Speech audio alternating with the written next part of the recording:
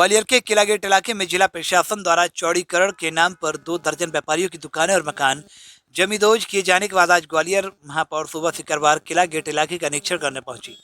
यहां प्रभावित व्यापारियों को ढांढस से बताते हुए प्रदेश सरकार और जिला प्रशासन पर ऊर्जा मंत्री ने निशाना साधा है।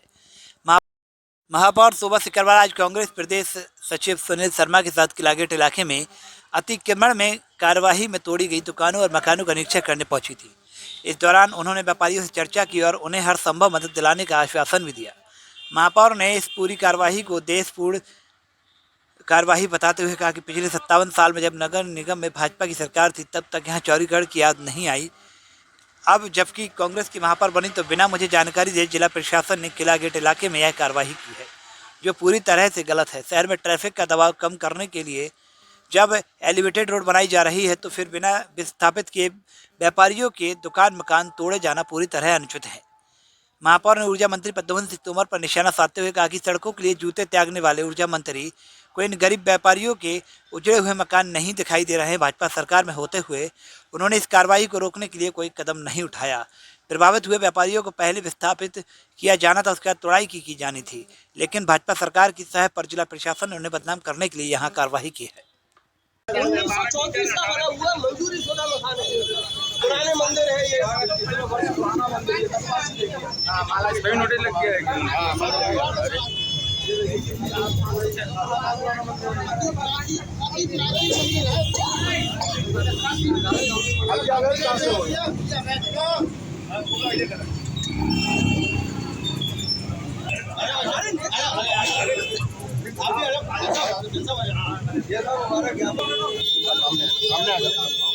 गैर कानूनी काम हो रहा है टोटल में। हमको आश्वस्त कीजिए आगे क्या करना था।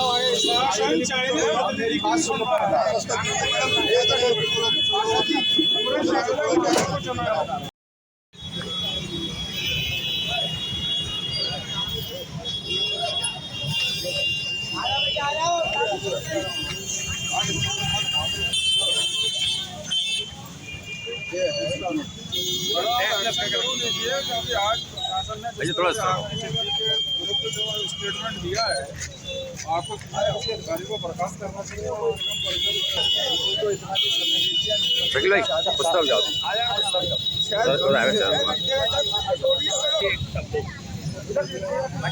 थोड़ी सी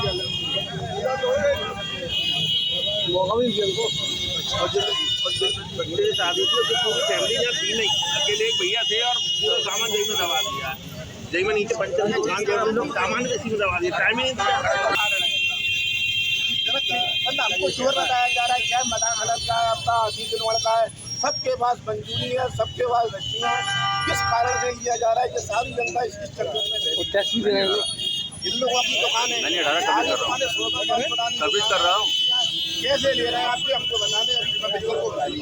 हम तो अभी तोड़ देंगे आपके साथ आप या तो आप ये हो जाए आज पेपर देख लो। ये सर किस कानून के अंतर्गत है, इसमें हमारे इतना जवाब खड़ा है। मेरी प्रथम नागरिक 50 साल की प्रैक्टिस है, लेकिन ये बड़ा हमको केवल इतना बता दें किस कानून के अंतर्गत क्या होता है।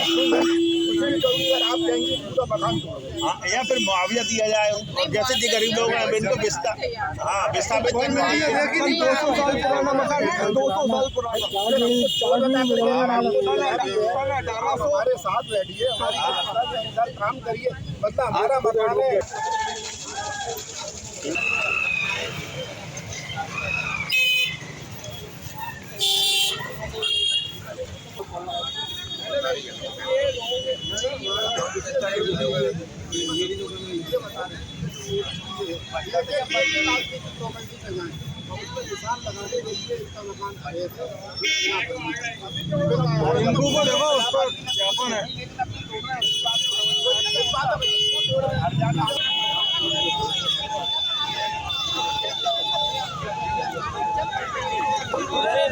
आराम से भैया, आराम से,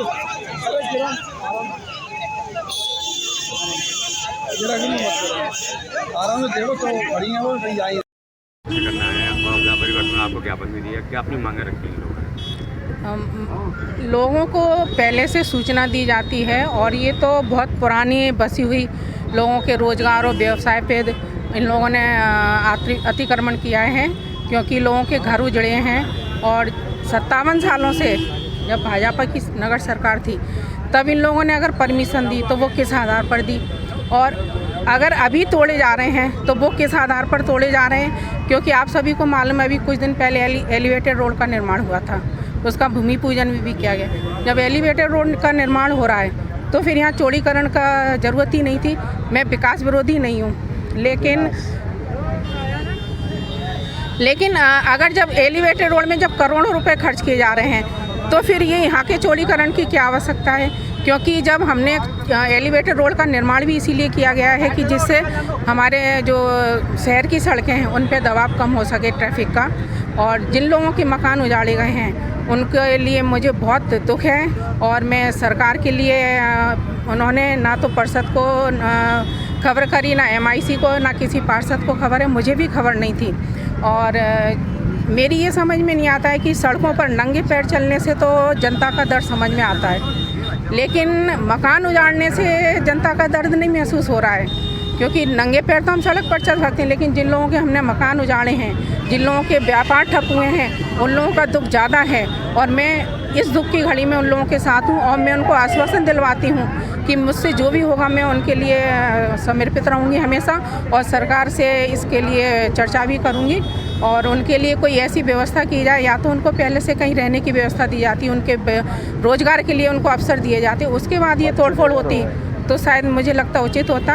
ये बिल्कुल न्याय संगत कार्रवाई नहीं है, इसकी मैं घोर निंदा करती हूँ। और मैं अपने पूरे ग्वालियर शहरवासियों के साथ में हूँ, और जहाँ तोड़फोड़ हुई है उसकी मैं बहुत कड़ी से कड़ी निंदा करती हूँ। मांगो लेकिन ज्ञापन दिया व्यापारी वर्ग को? अभी मैंने पढ़ा नहीं है, अभी मुझे दिया गया है। मैं उसको प्रशासन की मिलीभगत कह सकते हैं? हाँ बिल्कुल है, क्योंकि चुनाव का समय आ रहा है तो इनको कुछ ना कुछ मुद्दे चाहिए। अब क्या है, 57 सालों के बाद इनकी महापौर की कुर्सी छिन गई है, इससे ये लोग बौखलाए हुए हैं और ये एक बदनाम करने की साजिश है इन लोगों की, और कुछ नहीं। मंत्री जी ने कहा भी था इस्तीफा दिया है, इस्तीफा दे रहा हूँ जनता के साथ में। मंत्री जी उस वक्त कहाँ थे जब मकान टूट रहे थे? इस बारे में क्या कहना है? इस बारे में मैं कुछ नहीं बोलूँगी, क्योंकि मुझे विशेष बहुत अंतर है। किसी के बारे में विशेष टिप्पणी नहीं करना चाहूँगी। इस वीडियो को लाइक करें, हमारे चैनल को सब्सक्राइब करें, बेल आइकन जरूर प्रेस करें हमारी न्यू वीडियो सबसे पहले देखने के लिए। सब्सक्राइब करने के बाद ना घंटी बजा देना, ताकि जब भी मैं कोई न्यू वीडियो अपलोड करूं तो तुम्हारे फोन की घंटी भी बजे।